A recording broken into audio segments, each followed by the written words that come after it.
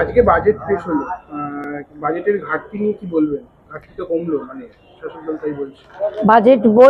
Budget বিবৃতি তাই দেখাচ্ছে ঘাটতি একটু কমেছে। প্রথম কথা, আমাদের বাজেটটা এখন আমি পড়ে উঠতে পারিনি।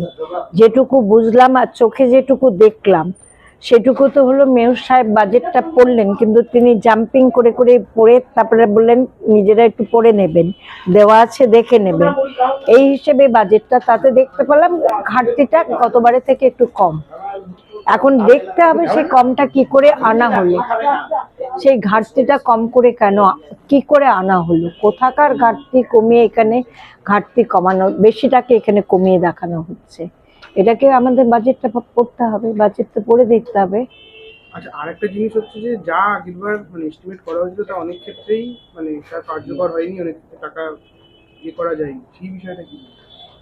আগের ক্ষেত্রে সেটা পুরোটা পড়ার পর জানতে পারবো। আগের ক্ষেত্রে যে বাজেট আমরা যে হেডে হেডে ঢুকিয়েছি, সেই হেডে হেডে যদি আমরা ব্যবহার করে থাকি তাহলে যে কাজের জন্য ঢুকিয়েছিলাম সেই কাজগুলো প্রত্যেকটি কাজ হতো।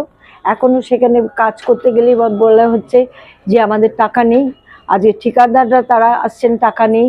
যারা স্যালারি পাচ্ছে 100 ডেজের ছেলেমেয়েরা যারা টাকা পাচ্ছে তাদের টাকা পয়সা সময় মতো দেওয়া যাচ্ছে না, এই ঘটনা ঘটেছে।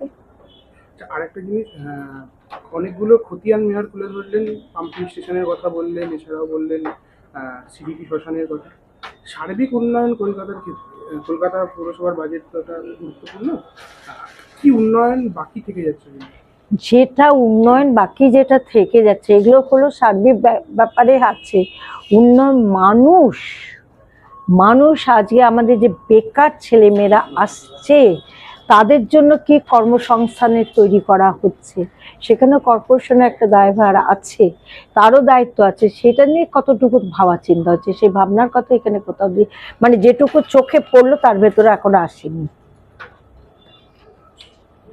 এই ভিডিওটিকে লাইক করুন, আপনার গুরুত্বপূর্ণ মতামত কমেন্টের মাধ্যমে আমাদের জানান এবং আমাদের চ্যানেলের ভিডিও সবার আগে দেখার জন্য ইউটিউবে গণশক্তিকে সাবস্ক্রাইব করুন, ফেসবুকে ফলো করুন এবং শেয়ার করুন আপনার পরিচিতদের মধ্যে।